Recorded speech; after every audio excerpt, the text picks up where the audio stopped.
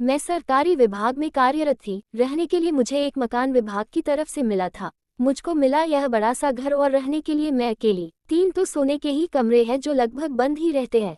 एक में मैं सोती हूँ। मैंने अभी तक शादी नहीं की थी।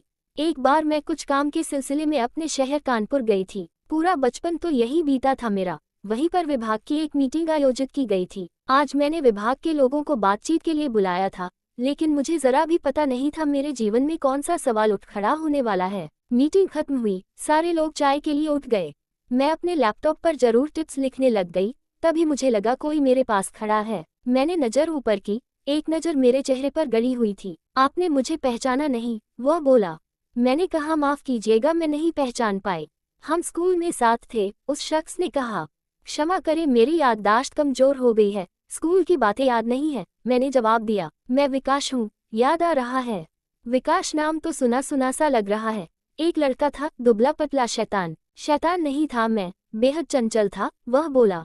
मैं गौर से देखती हूँ, कुछ याद करने की कोशिश करती हूँ और विकास स्कूल के अन्य दोस्तों के नाम व कई घटनाएं बताए जाता है। मुझको लगा जैसे मेरा बचपन कहीं खोया झांकने लगा है। पता नहीं कब मैं विकास के साथ सहज हो गई, हंसने लगी, स्कूल की यादों में डूबने लगी। विकास की हिम्मत बढ़ी, उसने कह डाला, मैं तुम्हें नहीं भूल पाया, मैं साइलेंट लव हूँ तुम्हारा, मैं तुमसे अब भी बेहद प्यार करता हूँ। यह क्या बकवास है, पागल हो गए हो क्या? स्कूल में ही रुक गए हो क्या? मैं आक्रोशित हो गई। हाँ कहो पागल मुझे। मैं उस समय तुम्हें अपने प्यार के बारे में ना बता सका, पर आज मैं इस मिले मौके को नहीं गंवाना चाहता। आई लव यू रिया, तुम पहले भी सुंदर थी, अब भला की खूबसूरत हो गई हो। मैं झट वहाँ से उठ जाती हूँ और अपनी गाड़ी से अपने घर की ओर निकल लेती हूँ। आई लव यू मेरे कानों में मस्तिष्क में रह रह कर गूंज रहा था। कभी यह एहसास अच्छा लगता तो कभी मैं इसे परे झटक देती। अगले दिन फोन की घंटी से मेरी नींद खुलती है। विकास का फोन था। मैं उस पर ध्यान नहीं देती, फिर घड़ी की तरफ देखती हूँ, सुबह के 7 बज गए हैं। इतनी सुबह विकास ने रिंग किया, ये सोचते हुए मैं उठकर बैठ जाती हूँ। चेहरा होकर चाय बनाती हूँ, तभी फिर फोन की घंटी बज उठती है। हेलो। हाँ हेलो, उठ गई क्या? गुड मॉर्निंग विकास की आवाज थी। इतने सवेरे रिंग कर दिया? मैं बोली। हाँ क्या करूँ, रात को मुझे नींद ही नहीं आई, तुम्हारे बारे में ही सोचता रहा। विकास बोला, मुझे अभी बहुत काम है, बाद में बात करती हूँ। मैंने फोन काट दिया। आधे घंटे बाद फिर विकास का फोन आया। अरे मैं तुमसे मिलना चाहता हूँ। नहीं नहीं मुझे नहीं मिलना है, मुझे बहुत काम है, और मैंने फोन जल्दी से रख दिया। आधे घंटे बाद फिर विकास का फोन आया और वह बोला, सुनो फोन काटना मत, बस एक बार मिलना चाहता हूँ, फिर मैं कभी नहीं मिलूंगा। ठीक है ठीक, लंच के बाद आओ, मैंने विकास से कहा। लंच के समय कमरे की घंटी बजती है। मैं दरवाजा खोलती हूँ, सामने अमर खड़ा है। विकास बेखौफ दरवाजे के अंदर घुस जाता है।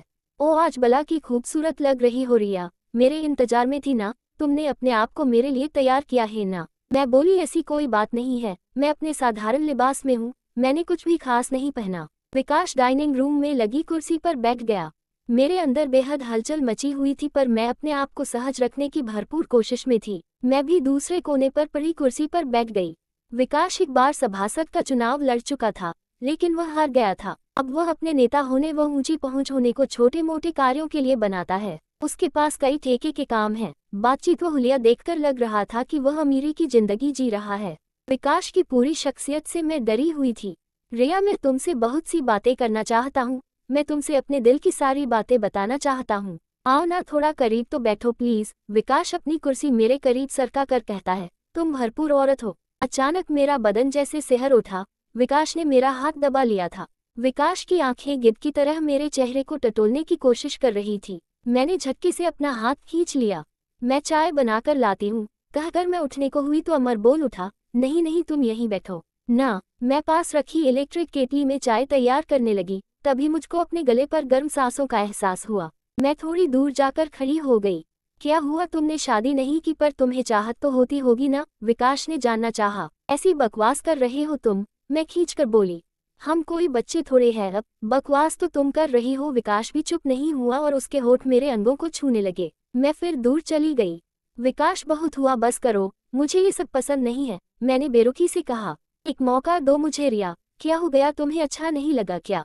मैं तुमसे प्यार करता हूँ। सुनो तो तुम खुलकर मेरे साथ आओ। उसने मुझको गोद में उठा लिया। विकास की गोद में कुछ पल के लिए मेरी आंखें बंद हो गई। अमर ने मुझे बिस्तर पर लिटा दिया और मुझ पर हावी होने लगा। अभी बिजली के झटके की तरह मैं उससे छिटक कर दूर खड़ी हो गई। अभी निकलो यहाँ से, मैं बोल उठी। विकास हारे हुए शिकारी की तरह मुझे देखता रह गया। मैं बोली, मैं कह रही हूँ तुम अभी जाओ यहाँ से। विकास ना कुछ बोला और ना वहाँ से गया। तो मैंने कहा, मैं यहाँ किसी तरह का हंगामा नहीं करना चाहती, तुम बस यहाँ से चले जाओ। अमर ने अपना रुमाल निकाला और चेहरे पर आए पसीने को पोंछता हुआ कुछ कहे बिना वहाँ से निकल गया।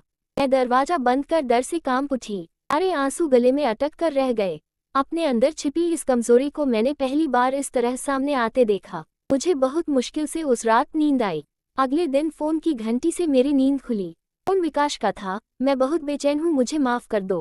मैंने फोन काटकर उसका नंबर ब्लॉक कर दिया। फिर दोबारा एक अनजान नंबर से फोन आया। ये भी विकास की ही आवाज थी। मुझे माफ कर दो रिया, मैं तुम्हारी दोस्ती नहीं खोना चाहता। मैंने फिर फोन काट दिया। मैं बहुत डर गई थी। मैंने सोचा कि मेरे वापस जाने में 3 दिन बाकी हैं। मैं बेचैन हो गई। किसी तरह मैं खुद को संयत कर पाई। धीरे धीरे कई महीने बीत गए। मैं अपने कामों में इतनी व्यस्त रही कि एक बार भी मुझको कुछ याद नहीं आया। हल्की याद भी आई तो यही कि वह जंग जीत गई है। एक दिन अचानक एक फोन आया। उस तरफ अमर था। सुनो, मेरा फोन मत काटना और ना ही ब्लॉक करना। मैं तुम्हारे बिना जी नहीं पा रहा। बताओ ना तुम कहाँ हो। मैं तुमसे मिलना चाहता हूँ। मैं मर रहा हूँ, मुझे बचा लो।